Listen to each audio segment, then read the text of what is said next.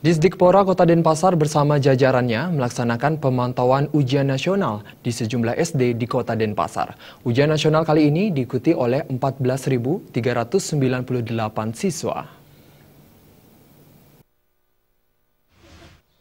PLT Disdikpora Kota Denpasar Jimmy Sidarta menyatakan, melalui ujian nasional kali ini diharapkan terjadi peningkatan kualitas. Untuk menciptakan ujian nasional yang berintegritas, semua pihak harus ikut bersinergi, seperti siswa, guru, orang tua, pengawas, serta pemerintah Kota Denpasar. UN yang berintegritas tidak bisa terwujud apabila tidak melibatkan seluruh komponen. Untuk menciptakan ujian nasional yang berintegritas itu kan harus sinergis dengan semua pihak ya.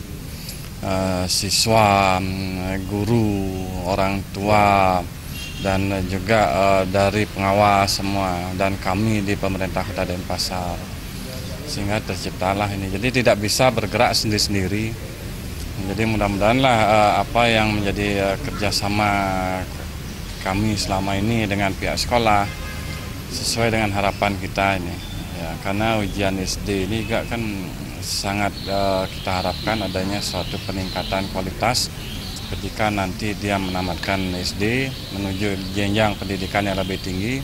Sudah ada perubahan paradigma di bidang pendidikan. Ketika SD bagaimana, SMP, nah inilah hal-hal yang juga kita harus perhatikan. Pemantauan pelaksanaan ujian nasional dilakukan di SD 8 Dauhpuri dan SD Santo Yosef II Denpasar. Kepala SD Negeri 8 Dauhpuri, Ida Ayu Putu Tirta menyatakan, walaupun ujian nasional tidak menjadi penentu kelulusan, siswa tetap antusias dalam melaksanakan UN. Nilai UN ini kedepannya akan digunakan untuk mencari jenjang sekolah SMP. Untuk menjaga kedisiplinan, pihak sekolah juga selalu menekankan siswa untuk selalu bersikap jujur saat mengerjakan soal. Kami setiap hari sudah memberikan pembinaan untuk belajar jujur dalam mengerjakan soal. Nah, untuk itulah kami memberikan persiapan dalam satu semester 2 ini kami membina siswa di luar jam pagi, siang itu kita mengerjakan pembinaan pada anak semuanya untuk pelajaran tambahan untuk persiapan ujian khusus kita. Dalam satu semester dibina oleh guru bidang sadi. Sementara itu, Kepala SD Santo Yosef II Denpasar, Luh Murniati menyatakan, antusias siswa dalam melaksanakan UN sangat tinggi. Pihak sekolah juga selalu melakukan sosialisasi kepada siswa agar mengedepankan sikap jujur dalam mengerjakan soal. Prestasi yang baik yang dimiliki oleh seorang siswa berdasarkan kompetensi yang dimiliki. Menginginkan hasil yang maksimal, tingkat prestasi yang baik, kompetensi pencapaian yang betul-betul tuntas.